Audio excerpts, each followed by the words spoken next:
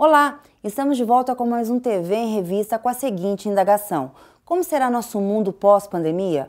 Com a tecnologia invadindo totalmente o nosso lar e dando suporte aos pais e a todos os profissionais, não há dúvidas que ela veio para ficar. E tem mais, uma lei aprovada em São Paulo vai mexer no bolso de quem cria e divulga notícias falsas sobre epidemias e pandemias, como a própria Covid-19, por exemplo. Começamos o TV em Revista com a notícia que nos dá esperança de dias melhores. Aos poucos, o governo de São Paulo começa a flexibilizar a quarentena na capital, que, segundo dados do Comitê de Combate ao Covid-19, tem números promissores. Mas, enquanto isso, o interior do estado segue caminho inverso. A maioria das cidades tem casos confirmados da doença e muitas mortes. O assunto foi debatido pelo deputado Adalberto Freitas, do PSL, num bate-papo com Luciano Teixeira no programa Conexão Legislativa. O estado de São Paulo faz divisa com alguns países aí, a concentração era muito grande, já começou de lá também. Começou vindo também, às vezes, de alguns lugares que estão vindo de... Bom, na realidade, todo o vírus veio de fora para dentro, né? Mas tem alguns locais que teve a divisa com Mato Grosso, existia aí algum foco muito grande. Em alguns outros países, a gente pode pegar lá estados, né? A gente pode pegar lá o Ceará também, que teve muito problema por conta da chegada no Brasil, né? Mas aqui no estado de São Paulo, o que eu vejo é que algumas pessoas, né, que dependem de comércio, de negócios, essa ida e vinda para o interior, realmente está levando para o interior. E o que eu percebi também é que as providências de preservação, de ficar, os cuidados que a pessoa tem que ter em relação à doença, em São Paulo está sendo muito mais adotada. Eu recebi imagem de alguns lugares aí no interior que a pessoa tem aquela crença, algumas pessoas, né, de que no interior nada acontece, não vai chegar, não vai ter problema tal, mas na realidade é o contrário. Uma pessoa que sai de São Paulo e leva para o interior, acabou, começa a infectar. Mas eu acredito que essa informação que nós estamos dando agora, diariamente, porque agora nós sabemos exatamente tudo o que precisa ser feito, e essa informação está sendo levada para a população, é preocupante, esses casos aí que realmente vão ter mais pessoas infectadas, mas a informação está chegando e acredito que isso vai conseguir dar uma segurada. Pelo menos é isso que eu acredito que possa acontecer. Enquanto mais informação, é melhor para a população. O que a Assembleia pode fazer pela população nesse momento? Olha, eu vou responder por mim, pelo pessoal que eu converso lá da bancada, de alguns colegas. Nós estamos tentando fazer o máximo possível. Que nem eu falei agora há pouco, a partir de amanhã nós vamos estar acertando aí do projetão de todos os parlamentares para poder minimizar os efeitos aí da crise do corona, né? E é isso que nós vamos estar fazendo, vamos estar discutindo cada vez mais. Nós temos recebidos aí pela população, através das redes sociais, temos recebido várias informações, várias sugestões do que nós possamos fazer, né?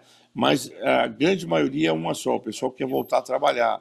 E a gente não consegue fechar, porque como você fala, como é que nós não podemos falar para a pessoa, vai para a rua, que está tudo bem, e não está.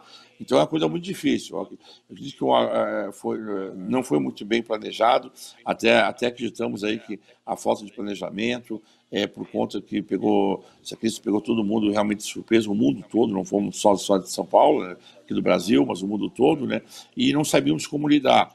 Mas conforme vai passando o tempo, a gente está conseguindo a tentar resolver da melhor forma.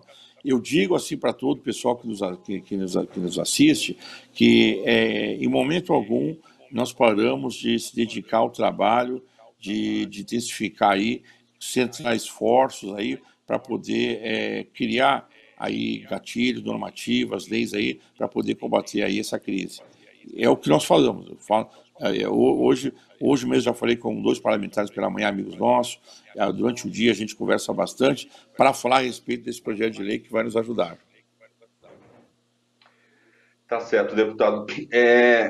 Como que fica, né, a questão da economia? O senhor falou aí de 30 milhões de desempregados, que é algo no país, né, mas vai ser algo significativo aqui em São Paulo também, como a maior economia da nação. O que fazer nesse segundo momento, quando a gente sair, né, desse momento aí de quarentena e a partir disso a gente vai ter aí um universo de milhões de desempregados. O que fazer para Pois melhorar é. a economia? Pois é, aí é que está o grande problema. Nesse atual momento, nós estamos tomando providência para poder manter as pessoas vivas, né?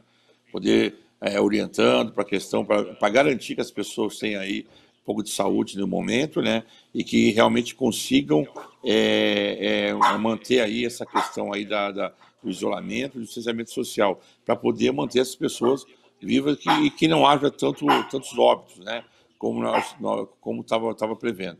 Agora, logo depois disso, não tenha dúvida que nós vamos ter que tomar providências aí enérgicas aí, não sei de que forma ainda, né? Porque como eu falei agora há pouco, é tudo surpresa para muita gente. Nós não sabemos o que fazer, não sabemos como lidar com a situação que é nova, que veio assim de uma forma inesperada. Então não estávamos preparados, o mundo não estava preparado. Então nós vamos ter que adaptar essa situação aí para ver o que é possível fazer.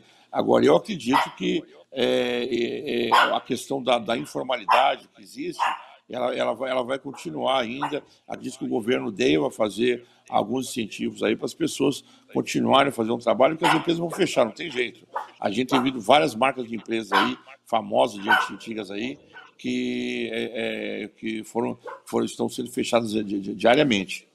Os investimentos do governo do estado de São Paulo nos hospitais de campanha têm provocado críticas de algumas autoridades. O deputado estadual Coronel Telhada, por exemplo, tem se mostrado contrário em determinadas decisões. O parlamentar do Progressistas deu muito mais detalhes ao Guga Mendonça no Jornal da Rede Alesp. Em primeiro lugar, sempre parabenizando os agentes, as pessoas que trabalham na saúde. São pessoas que se esforçam, procuram sempre fazer mais do que deveriam, sempre se extrapolam nas suas missões, de tanta vontade de trabalhar. Mas, infelizmente, uma coisa que nós temos constatado é realmente a falta de investimento do Estado. Nos assusta quando o Estado faz um investimento de 550 milhões em respiradores comprados da China, que no final não vem.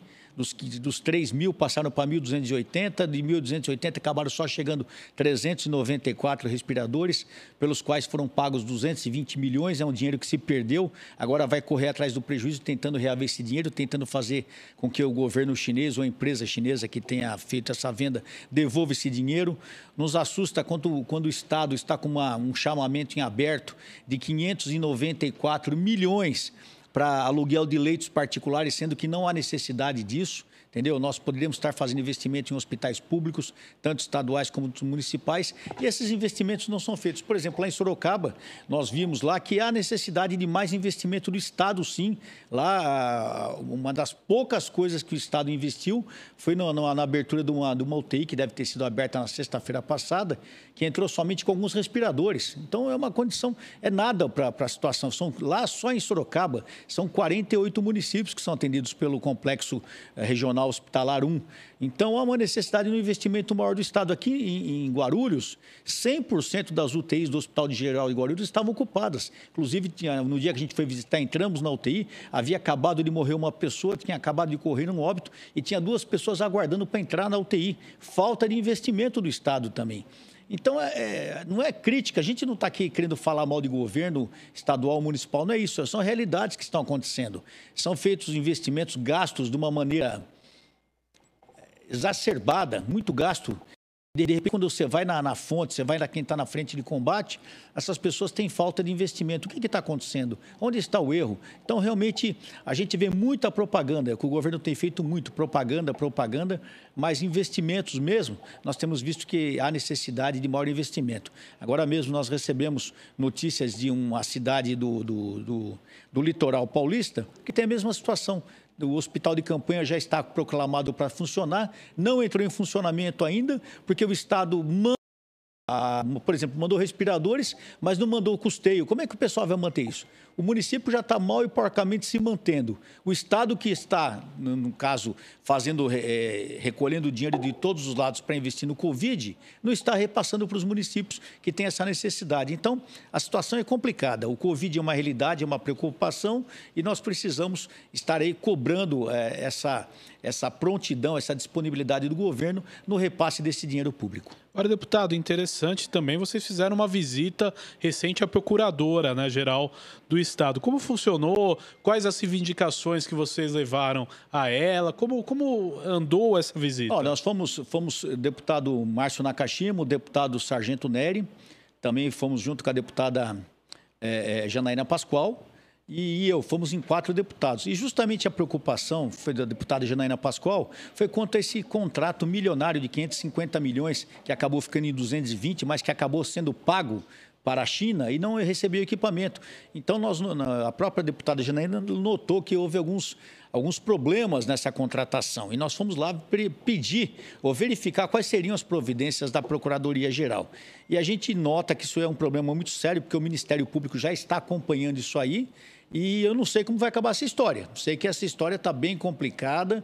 Todo mundo está querendo fugir um pouquinho disso aí, querendo desviar a atenção, arrumando novas situações, mas a realidade é que o contrato foi feito, o valor foi pago, o material não foi recebido, e só para você ter uma ideia, de 220 milhões que ficou no final para 384 respiradores, cada respirador acabou saindo na faixa de 630 milhões, 10 vezes mais do que se tivesse adquirido em São Paulo.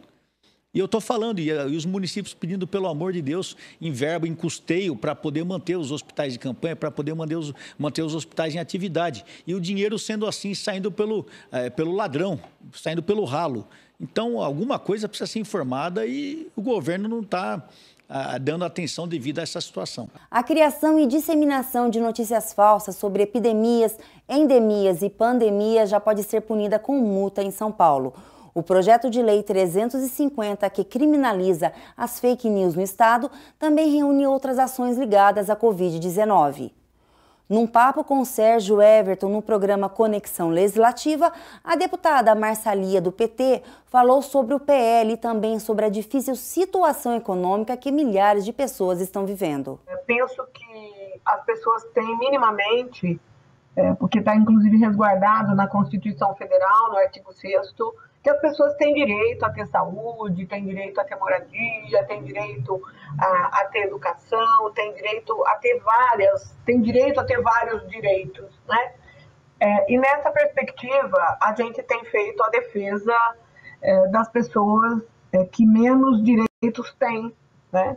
A gente vive um momento no Brasil muito difícil, Sérgio, um momento onde nós estamos passando por uma crise institucional sem precedentes, uma crise econômica. Nós recebemos, para você ter uma ideia, a Lei de Diretrizes Orçamentárias, e a semana passada a bancada do meu partido, do PT, nós nos debruçamos sobre a leitura do que está lá naquele documento tão importante, que é a Lei de Diretrizes Orçamentárias, e a gente viu que o governo do estado projeta esse ano e para o ano que vem também um PIB negativo, ou seja, a economia ela não vai crescer o que seria necessário, ela não vai corresponder às necessidades do povo paulista.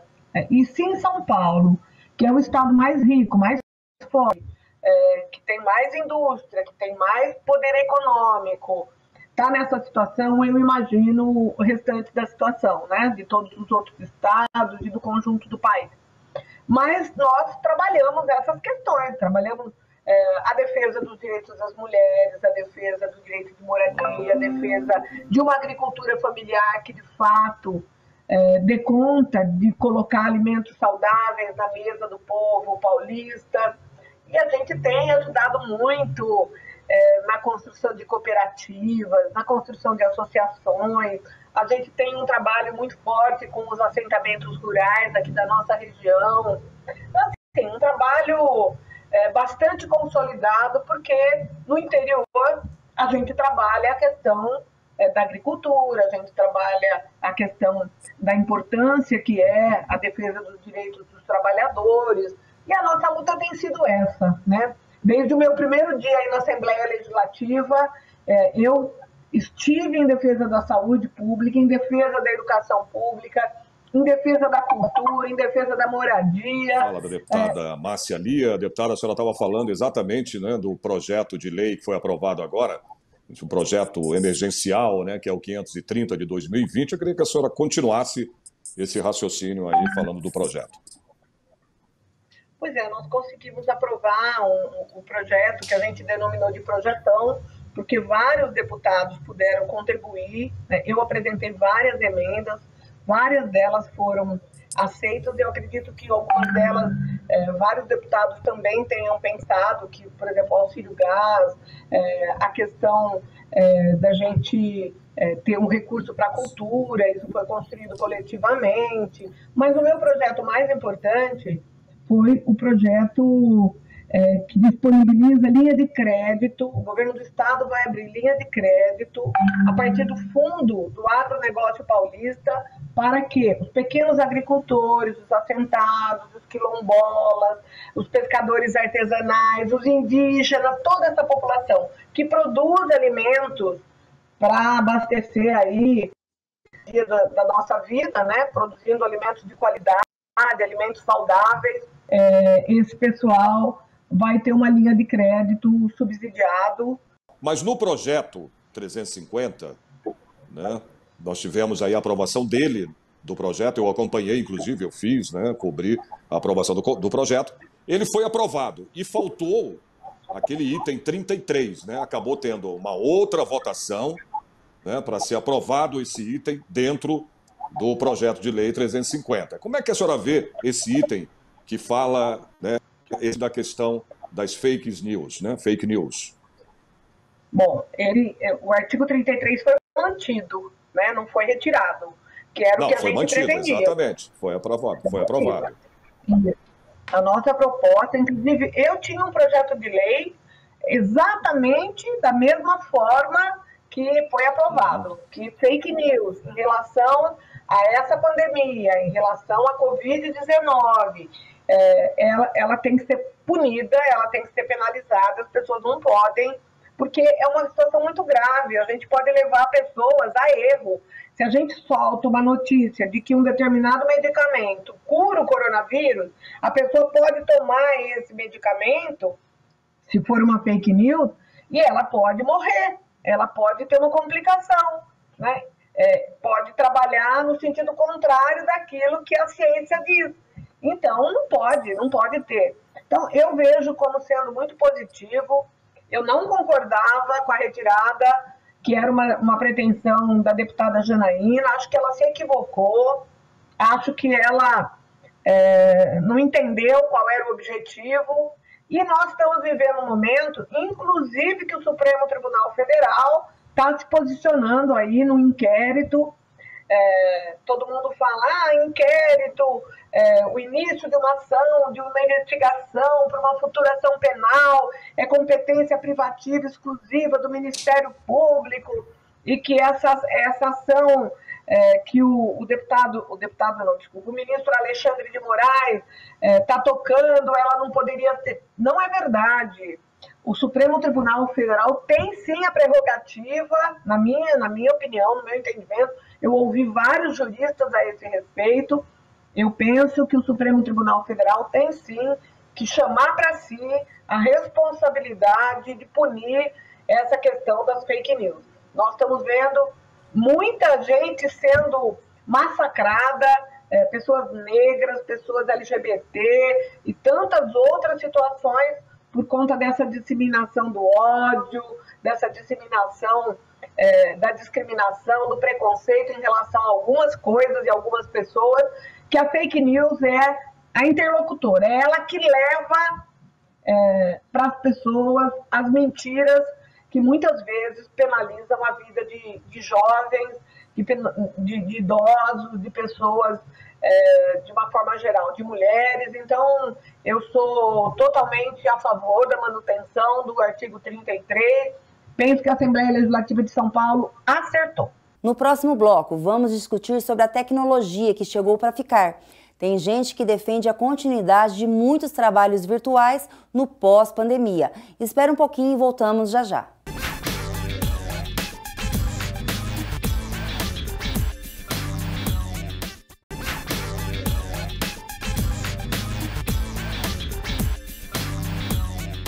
Estamos de volta. Presidente Prudente fica a 558 quilômetros da capital e é uma das cidades que ainda sofre com o aumento do número de casos de contágio do novo coronavírus. O deputado Mauro Bragato, que é um dos representantes da região, falou sobre o assunto numa entrevista a Luciano Teixeira no Jornal da Rede Alesp. Esse é um trabalho muito difícil e estou dizendo isso baseado na minha experiência de bastante tempo. Infelizmente, nós não temos as informações todas do que se define no Conselho, em São Paulo. Eu estou em Presidente Prudente, parte do meu trabalho está sendo feito só aqui, né? E quero crer que a região que compreende a DRS de Presidente Prudente, ela está pastando bastante. Está pastando porque, efetivamente, está faltando da parte do governo uma atenção especial, né? A demora naquilo que se chama infraestrutura, até porque eu entendo, porque não tínhamos nenhum tipo de ameaça, né, de ocupação dos leitos do UTI, né? E isso aí atrasou, e quando começa a aparecer mais casos, e aí começa todo mundo a ficar desesperado. Então o governo fecha, depois abre amarelo para nós, depois fecha vermelho, né? E o que a gente pede, e que nós estamos trabalhando, para voltar ao amarelo, ou mesmo voltar ao laranja, né? E por que eu estou falando isso? Porque nós precisamos efetivamente abrir a economia nossa. Por que eu estou dizendo que tem que abrir a economia? Porque 75% já mantém pelo decreto do governador, mas se mantém aberto, mas tem uma parcela da população que necessita do apoio do poder público estadual, especial, e necessita funcionar. É o comércio da rua que pode muito bem se preservar, né, naquilo que se chama atendimento individual ou coisa parecida, e que não precisa sofrer como estão sofrendo nos dias de hoje. Eu imagino que essa fase vermelha, para nós, foi um exagero do governo estadual, um exagero do comitê que cuida do corona no estado, e efetivamente nós estamos pagando uma conta muito alta. Deputado, fala um pouco para a gente como é que está a situação aí da pandemia aí na região do senhor. A gente sabe que aí nos últimos dias o interior está registrando mais números de novos casos do que a capital. Dá um relato aí para a gente de como que está a situação da Covid aí na região do senhor, a região de Presidente Prudente. A Covid na região de Presidente Prudente, ela aumentou nos últimos tempos. Mas nós temos hoje em 53 municípios, nós temos hoje 1.163 casos confirmados, isso do dia de hoje, né?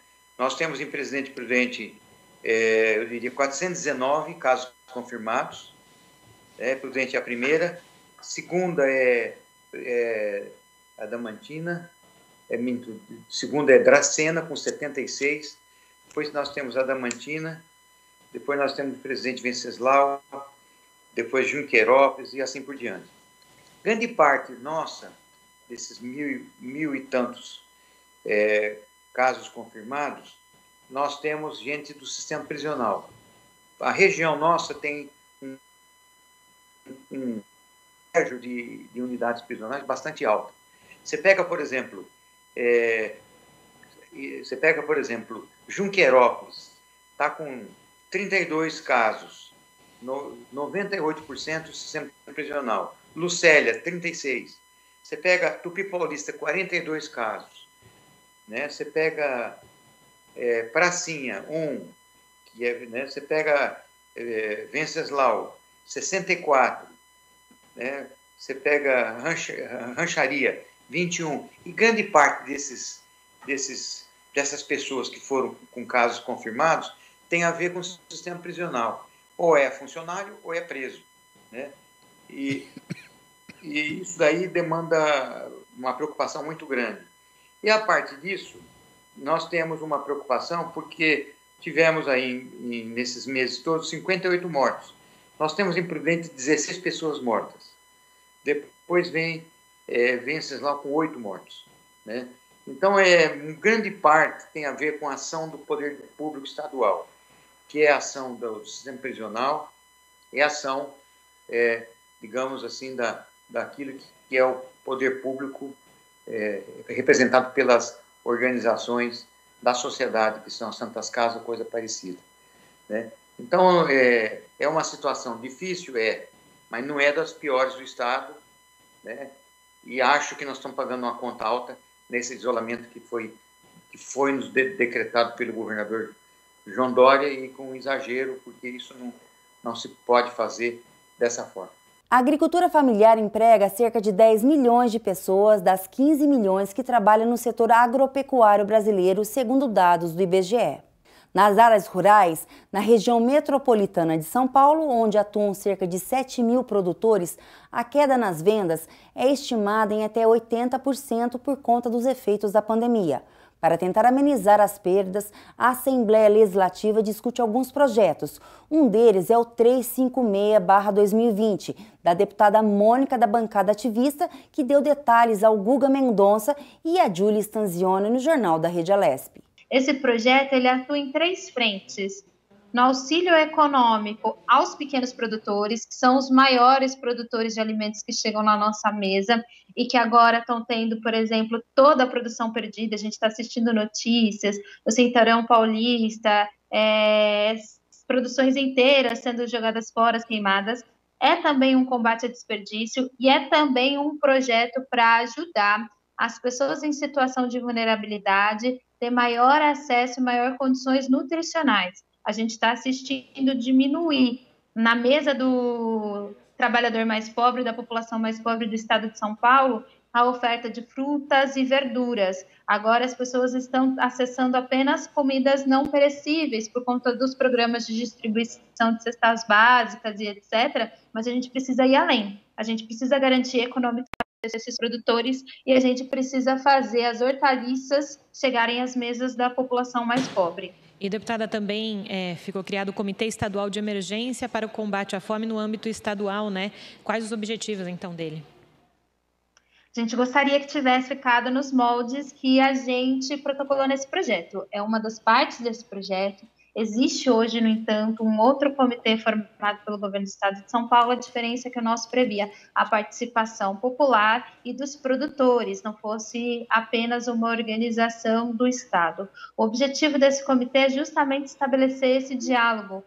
Uma crise tão profunda como essa do coronavírus, que fez toda a sociedade parar, exige de nós um planejamento sistêmico de como resolver os problemas. Então, esse Comitê de Combate à Fome, veja, gente, as organizações das Nações Unidas, a Organização Mundial do Comércio e a Organização Mundial da Saúde vem apontando que logo após a pandemia, o nosso maior problema vai ser de distribuição de alimentos e de combate à fome, porque uma boa parcela da população vai ser ingressada na faixa de pobreza. Então, a criação do comitê é necessário porque a gente comece a planejar e antever esses problemas junto com todos os setores que vão organizar essa distribuição de alimentos. Quem produz, quem distribui, quem precisa receber, quem pensa o Estado, o governo, a Assembleia Legislativa. Então, a isso que se dedica o comitê.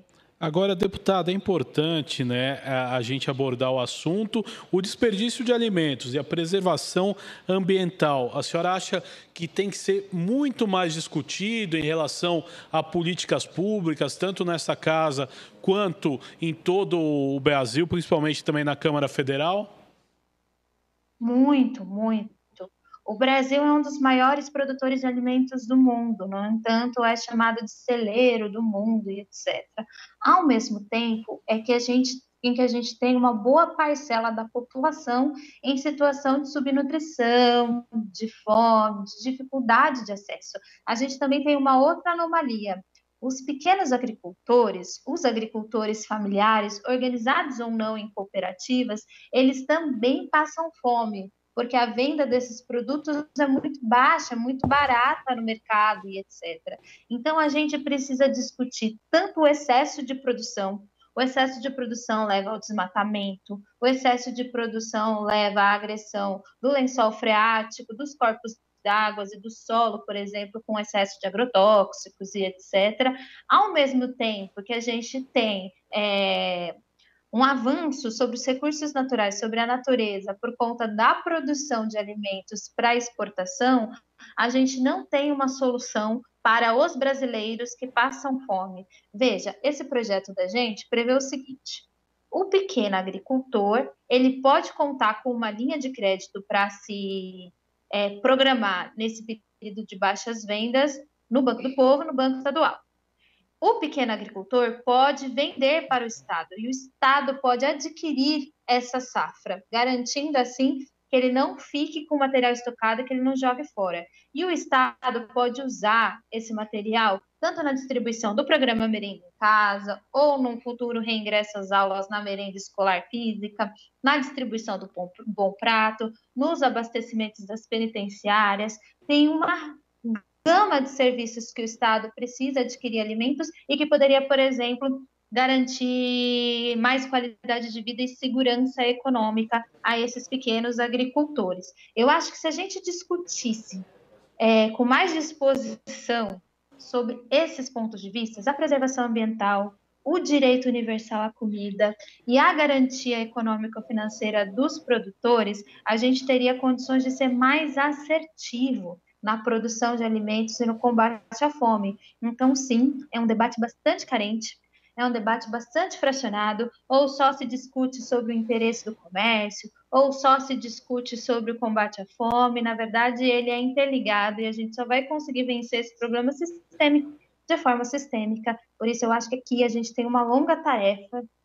O estado de São Paulo é ainda um estado rural, é ainda um estado produtor, é um estado que produz muita cana, tanto para açúcar quanto para etanol e etc. É do interesse do Estado discutir a produção e a distribuição de alimentos, então eu acho que carece mesmo, e a gente tenta forjar esse debate lá na Comissão de Meio Ambiente, que a gente compõe, e em todas as frentes que a gente participa, mas eu acho que é um debate também que vai se impor, viu, gente? Estamos vivendo dias de muito aprendizado. A pandemia provocada pelo coronavírus deixa rastros de destruição em famílias em todos os cantos do mundo, além, é lógico, de muito desemprego. Uma delas é sobre a necessidade de melhores tecnologias para uma parte expressiva da população. Quem tem bom acesso e consegue trabalhar remotamente reconhece as vantagens. A deputada Janaína Pascoal defende a manutenção das atividades virtuais como maneira de economia. Em entrevista a Júlia Stanzioni, jornal da Rede Alesp, a parlamentar do PSL também aprovou a data estabelecida pelo governo de São Paulo para o retorno gradativo das aulas escolares presenciais. Eu vi que o secretário instituiu setembro como mês para começar a retomada das aulas, ainda de maneira, vamos dizer assim, parcial. Veja, né, nada impede, se Deus me livre a situação piorar, que o secretário, o governador, voltem atrás nessa data. Mas eu imagino que eles estejam traçando esse plano porque também as crianças estão sofrendo com esse afastamento, né? Setembro me parece uma data responsável. Obviamente, quando chegar mais perto, nós vamos ter que analisar os números, né, analisar os leitos, todos esses dados que temos que olhar com cautela todos os dias. Mas eu acho que o secretário foi cuidadoso ao trabalhar com setembro, né? Algumas professoras entraram em contato comigo antes desse anúncio, estavam agoniadas, achando que as aulas voltariam em julho. Falei, olha, eu não tenho nenhuma informação, né, privilegiada, mas pelo que eu estou acompanhando, as aulas não voltam em julho, porque os números ainda estão altos, né? E eu acho que o anúncio de setembro como um plano é algo, eu vejo assim, é algo razoável. Mas agora, no começo de junho, voltaram as comissões aqui na casa de modo virtual. Lembrando vocês, todas as comissões acontecem de modo remoto. Na segunda-feira, como a senhora bem falou, os deputados ouviram o secretário de Estado, José Henrique Germann, outros secretários também falando sobre as suas pastas. Mas é um momento importante para a casa. Eu queria que a senhora falasse um pouco sobre essa questão, que também vai pensando nas outras questões que vão envolvendo não só a saúde, mas a saúde ela vai perpetuando outros problemas também para a sociedade, principalmente nesse momento de crise. Sim, porque nós temos que conciliar, né, a preservação da vida e da saúde com a retomada das atividades econômicas, né, com a estabilidade emocional das pessoas, que está diretamente, né, ligada à saúde e às questões econômico-financeiras também. Eu acabei de sair do gabinete e tinha recebido um e-mail de uma professora de crianças com deficiência auditiva, e as crianças estão muito sofridas porque elas não estão conseguindo acompanhar as aulas pela internet. Algumas porque não têm equipamento, outras porque, mesmo com equipamento, tem as limitações da deficiência, né, dessa situação de crianças com essa situação especial. Então, assim, se nós conseguirmos conciliar para voltar à normalidade, ou pelo menos retomar em parte essa normalidade, essa pressão que está estabelecida na sociedade também vai abrandar, né? Daí a necessidade de vários profissionais trocando experiências, despidos de partidarismo, de ideologia, né? Assim, olhando para o que é importante para a sociedade mesmo. Eu acho que a retomada das comissões ela é fundamental. Agora vão ser instaladas as CPIs. Sim, também. A partir da próxima semana. Então, eu acho que a casa ela tem um papel significativo. Nós trabalhamos muito durante essa pandemia, as pessoas acham que não, mas mesmo com a casa fechada, nós trabalhamos muito. Eu ouso dizer que esse trabalho pela internet, ele até favoreceu o funcionamento da casa, porque aqueles colegas que ficam distantes, eles puderam participar das sessões às segundas-feiras, às sextas-feiras. Teve uma madrugada que a gente virou, né? Situações que o trabalho aqui presencial não permitiria. Eu sou uma entusiasta da gente adotar esses instrumentos perenemente. Justamente, eu ia perguntar isso para a senhora. No pós-pandemia, que a gente fala tanto de pós-pandemia, se é uma ajuda também para os trâmites da casa se unir, né? Alguns que estarão aqui na casa presencial, juntar com o modo remoto, fazer uma videoconferência. Eu sou entusiasta, tá? Eu entendo que nós poderíamos adotar essa metodologia, fazer sessões às segundas com votação, às sextas, entendeu? Favorecer a agilidade, né? Acredito que, com o passar do tempo, o aprimoramento dessas ferramentas, nós possamos economizar muito dinheiro público, né? Pensemos em Brasília. Olha o que se gasta com passagem para parlamentar e vai e volta, e estada, e apartamentos funcionais, e água e luz. Se nós estabelecêssemos, né, o normal, como sendo as votações, os debates, por meio dessas ferramentas todas, a economia seria, acho que, sem precedentes, né? Basta ver que os gastos caíram muito nesse período. Então, acho que a gente tem que abrir um pouco a cabeça, sabe? Tem que abrir a cabeça para essa novidade, né? Eu fico pensando até que ponto não foi para a gente se despir um pouco de preconceitos, né? Tudo isso que aconteceu. Entender que o caminho pode ser também nesse sentido, né? Do trabalho, não só o presencial, mas unir forças também, né? Para que um deputado federal precisa ir para Brasília? Para que um senador precisa ir para Brasília? A base dele está no seu estado. Esses encontros podem ser feitos dessa modalidade virtual. Dá para trabalhar na madrugada, de segunda a segunda, entendeu? Eu achei excelente. Quando tudo isso passar, há quem diga que o mundo vai ter um novo normal bem diferente do que está e do que foi antes da pandemia. E com todas essas interrogações, o TV em Revista chega ao final. Obrigada por sua audiência. Mas você também está convidada a continuar assistindo toda a nossa programação no nosso canal do YouTube. Até a próxima!